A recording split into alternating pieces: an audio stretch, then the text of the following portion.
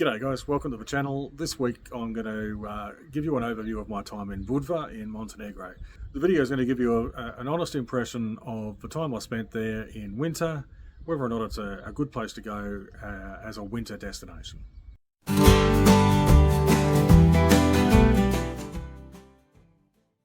So as with all of my videos, this is going to start off with an overview of my accommodation.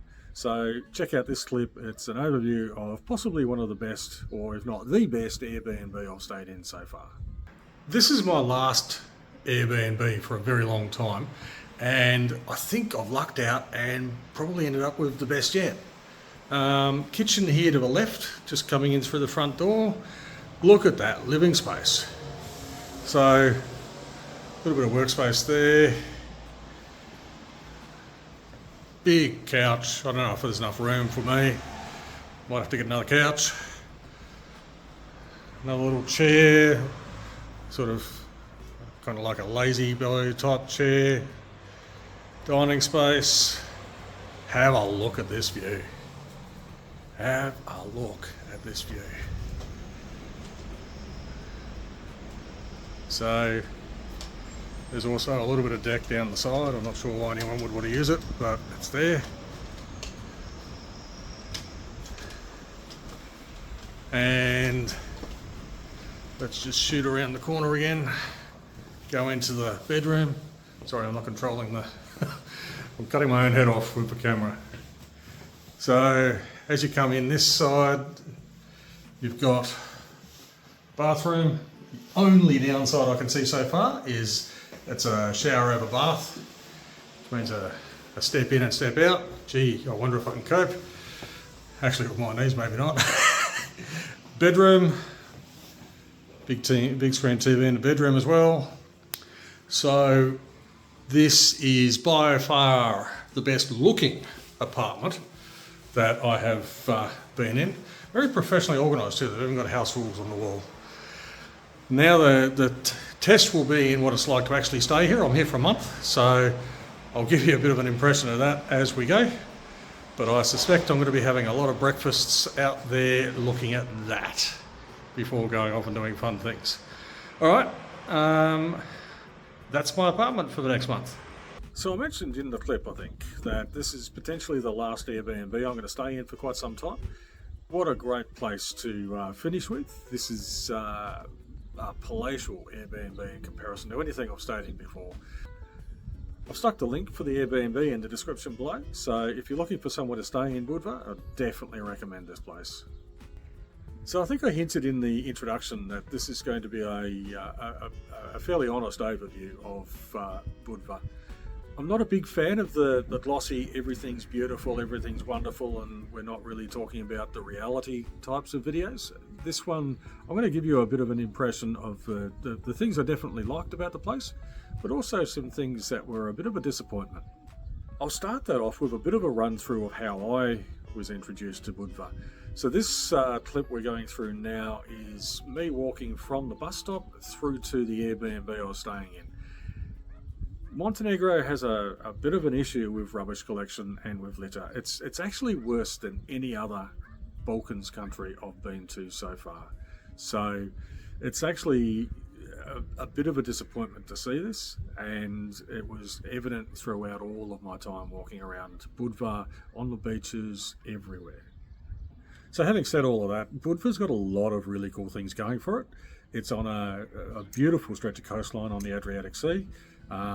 Really nice views, really nice beaches. Some of the beaches not as nice as others, but that's the same as anywhere. I mean, you go to my home country and there's beautiful beaches and there's not so beautiful beaches. So there's a lot of really cool things about Budva to go and see. So I'll do a little bit of a walk along some of the beachside promenade area now and give you a bit of a commentary as we go. And you'll see what I mean as far as views, but you'll also see there's a need for a bit of development in some areas.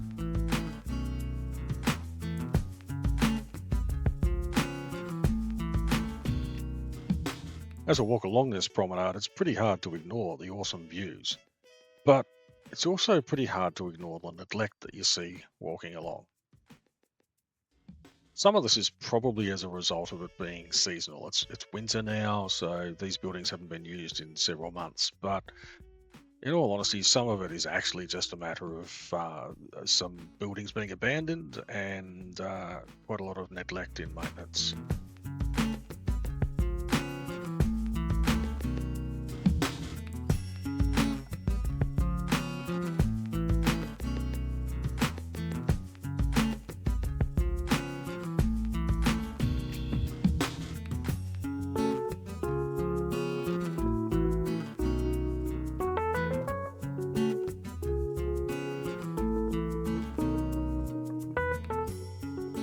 So it creates a real contrast when you're walking along, seeing all of those buildings like this one falling down, totally neglected, and then immediately behind them, you've got these giant new hotel constructions. All that being said, the promenade along the main beach area here is a really nice walk, especially on a nice sunny winter's day like this. So definitely worth your time and attention. Just go there with an open mind and expect a bit of diversity and beauty and need for development.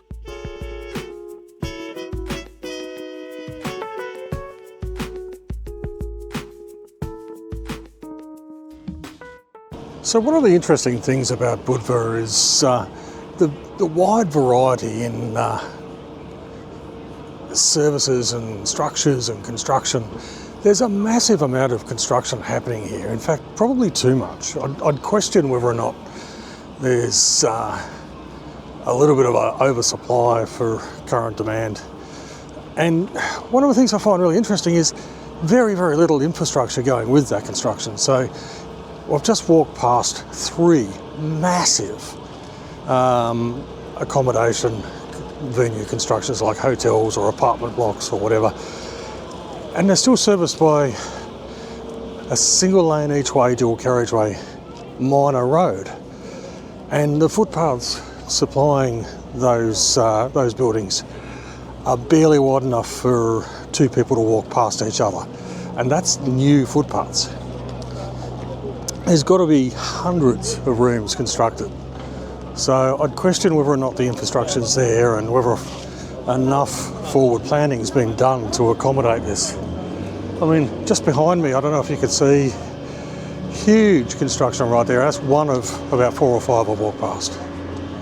Now, I love a good old town, and this is where Budva really shines.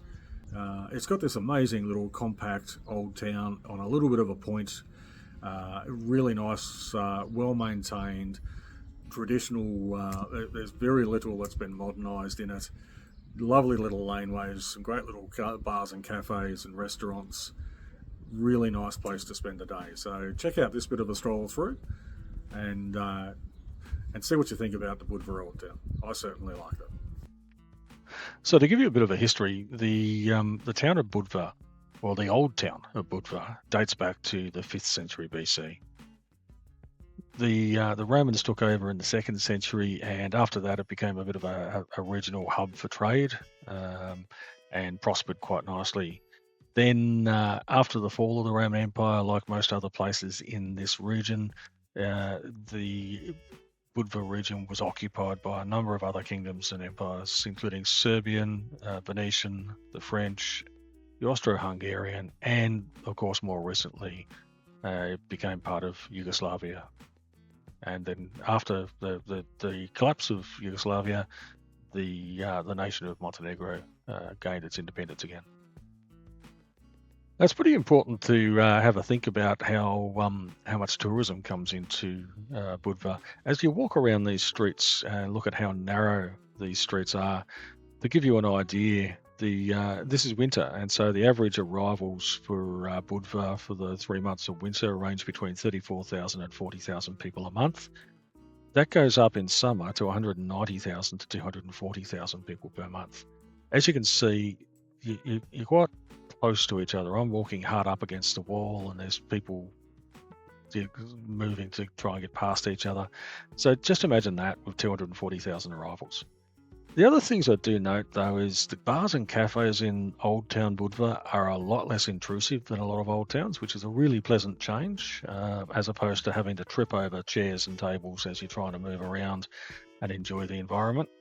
There also seems to be a lot less of those trashy trinket tourism stores selling magnets and other garbage that will probably just end up in landfill, which is a really good thing. I don't know, maybe that's just because I was in there in winter and it builds considerably in the summer. I kind of hope not. It'd be nice to see an old town that doesn't have all that garbage.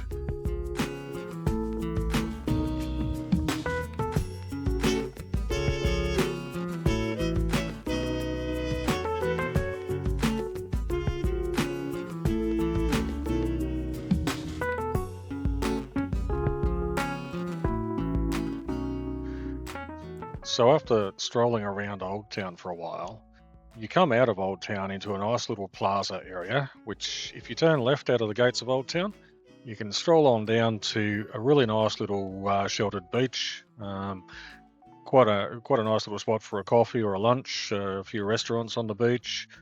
Then if you actually follow the path around, you actually go underneath a structure that leads you to another little path. And there's a very famous dancing girl sort of statue on the side of the rocks there. And if you follow that path along, you'll eventually end up in a much more secluded beach. Lots of people like to go out there, particularly in the peak season when the main beaches are pretty full. Beautiful scenery, really nice little beaches. Your typical Adriatic beaches. They're not the most sandy. They're a little bit grainy, but really nice spot to spend an afternoon. You can actually go a bit further, but that depends on your agility. When I went around there, the little planks that were set up for you to walk across the rocks weren't particularly stable, so I gave it a miss. But definitely a place to go and check out if you have the chance.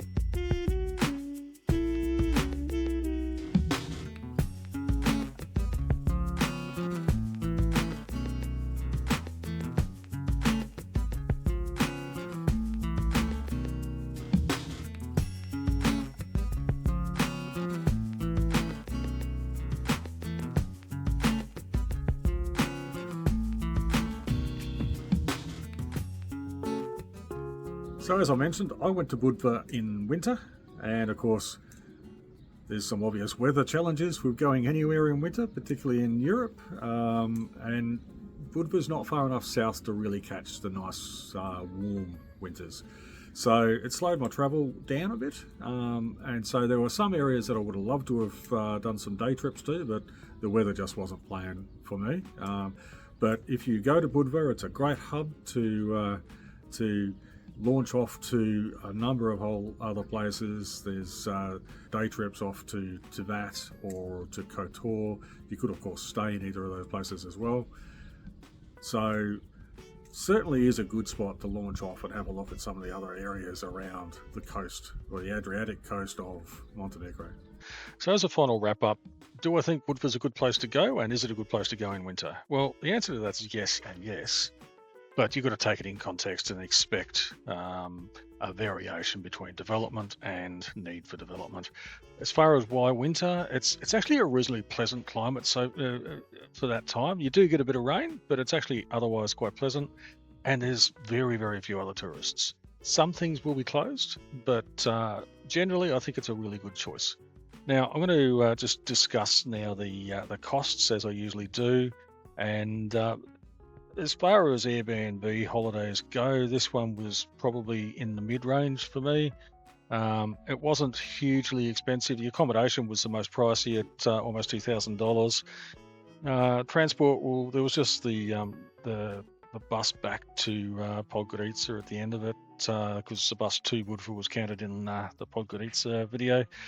The usuals, your Netflix, your eSIM, also my health insurance and my Australian phone contract, which is standard costs for a month. One of the things that's not great around Budva is the restaurant choices.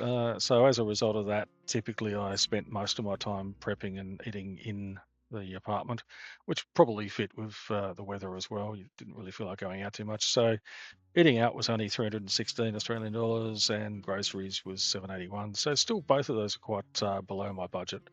Only other thing there was ATM fees of $10 and $47 for a month of tourism tax. So that's Montenegro, guys. Wrapped up. That's Budva specifically, but that's it for Montenegro until I come back into Montenegro in a few months' time in a motorhome. So stick around. Next video is the first of my series of being in a motorhome. Look forward to seeing you all on that video. Cheers.